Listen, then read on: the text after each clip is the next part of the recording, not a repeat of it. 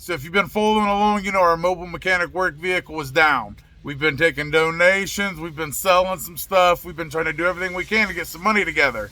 And we got a few thousand that we're gonna put down, and we'll finance the rest, hopefully. So now I've been looking for a new mobile mechanic work vehicle. Mostly we're looking at trucks, a little bit of vans, even SUVs if we have to. But we're looking for a truck, and that's what we'd like. So if you're gonna be buying a vehicle like me, I've already done the research for you. Some of these vehicles are a no-go. These are the ones I would not buy. And I guess we'll start off with the one that I was all upset about, the one that I couldn't get, and that is a Dodge Dakota. From year 2000 all the way up, 10, 11, something like that. And I was all tore up because I found one that I thought was perfect. 2008 Dodge Dakota, Bighorn Edition, only had 60,000 miles. It was my last video, talking about the car salesman did me wrong. Actually, I need to go shake his hand because he saved me a bunch of money. Because I didn't do my research like I should have. Now, I've worked on a lot of Dakotas, so I should have thought right there, well, shit, I'm working on a bunch of these. There's a reason why. But after doing more research, I got very lucky because these Dodge Dakotas would lock up just randomly. You'd be driving down the road, your tires will lock up. And after you call a mechanic out to look at it, you end up needing brake pads, rotors, and calipers to fix the issue. But if they don't lock up, you get to enjoy the rough idling. And if that isn't good enough, don't worry, that transmission will be slipping on you. This thing is a clunker. So stay away from Dodge Dakota. I don't care what kind of deal you find, because I'm a mobile mechanic with 10 years experience, and I still about fell for it. Because you'll find some out there with good prices, but there's a reason they have these good prices, because they're pieces of shit. This next truck is a little bit tricky for me because I do like him, and for the price point, man, it's hard not to buy him. And that is the Chevy Colardo. But these ones had problems from, 2004 all the way up to 2015. They changed the way it looked, they changed engines, but no matter what they did, there were so many problems. Like, I've been looking around, I even seen a few, and I went and looked at one. Test drove it, I'll show you some pictures. It was a nice one. It was 2008 Chevy Colardo, only had like 50 or 60,000 miles. I think they wanted maybe 10 or 12,000 for, which for a truck is very good price. But as I test drove that, the rear differential failed. I was like, geez, just on my first test drive. I took it back and the car salesman was like, oh, you ready to buy it? I was like, you're full of shit, bro. You need to go fix this thing. Dude, his heart was broken, man, because he really thought he had a sale. I kind of felt bad for the kid.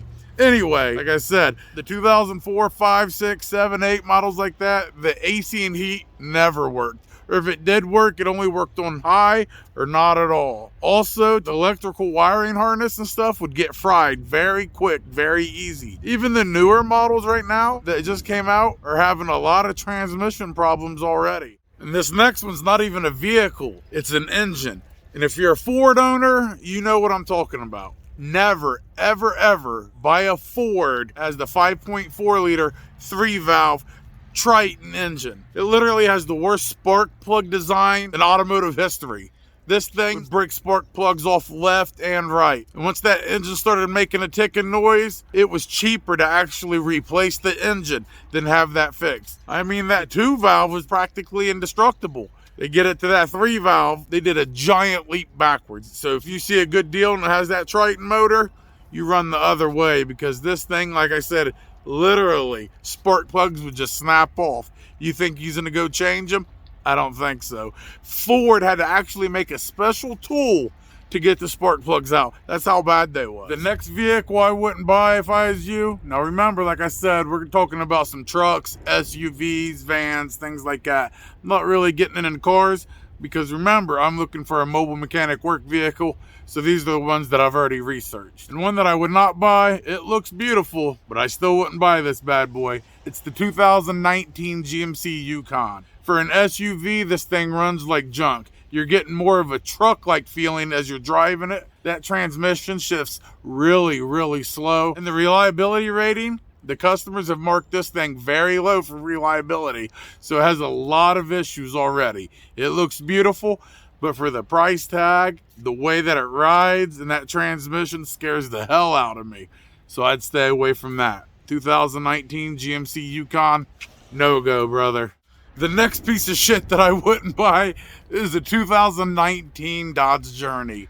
This thing was the cheapest in the mid-size SUV class, the very cheapest, but you can see why. The interior, very cheap, third row seating. I wouldn't even call it that. It's so cramped. I mean, you can see why this thing is the cheapest, especially even the crash rated testing is so low. Like, I would be scared to death of getting a crash in this thing. An old beautiful 2006 to 2008 Honda Ridgeline, no good. First of all, you'd have premature peeling. The vehicle would rust very fast. AC didn't work half the time. And all that is pretty good news, because if you ended up coming up with a misfire on cylinder 4, you was screwed. You could put a new spark plug in. That might help it maybe, I don't know, a couple thousand miles. But you're going to start seeing some blue smoke. And guess what? Nothing you can do about it. You actually have to replace the engine. And let me tell you, the 3.5 V6 is not cheap by any means. So stay away from the 2006 to 2008 Honda Ridgeline. I love Nissan Titans. I think they're beautiful trucks. A lot of times their engines are real strong, can pull real good if that's what you need to do. But the one you need to stay away from is the 2015 Nissan Titan. This thing is ancient. Inside, it is all plastic. Technology is nowhere to be found in there. The ride is very uncomfortable compared to any of the other trucks in that kind of class. It's one of the worst riding trucks I've ever been in. Also, right now with gas prices shooting through the roof, this thing gets 13 miles in town, 18 on the highway. That's unloaded, and that's when it's brand new. Realistically, you're getting 11 to 12 or 16 to 17. And for the price they still want for these, it's just a no-go. So I thought, with all this research I'm doing, I was like, I better make a video in case there's other people out here that watches some of my videos in case they're gonna buy a used vehicle. I was like, I'd feel bad if they bought one of these vehicles. Here I am knowing that they're pieces of shit. So I was like, I'll make a little video, put it out there. Maybe it'll save just one person from buying some of these vehicles. Actually, I could make about 5 videos on this subject, because there's a lot of bad vehicles that are out there. If you have a question about one, just hit me up in the comments, or you can get my email that's down in the video description. If you like this video, give me a thumbs up. If you guys haven't subscribed yet, please do. It shows that at least 50% of the people that view my videos are not subscribed. If you're watching this right now, you go ahead and subscribe right now. It takes 2 seconds, and it's free. Ain't gonna cost you anything.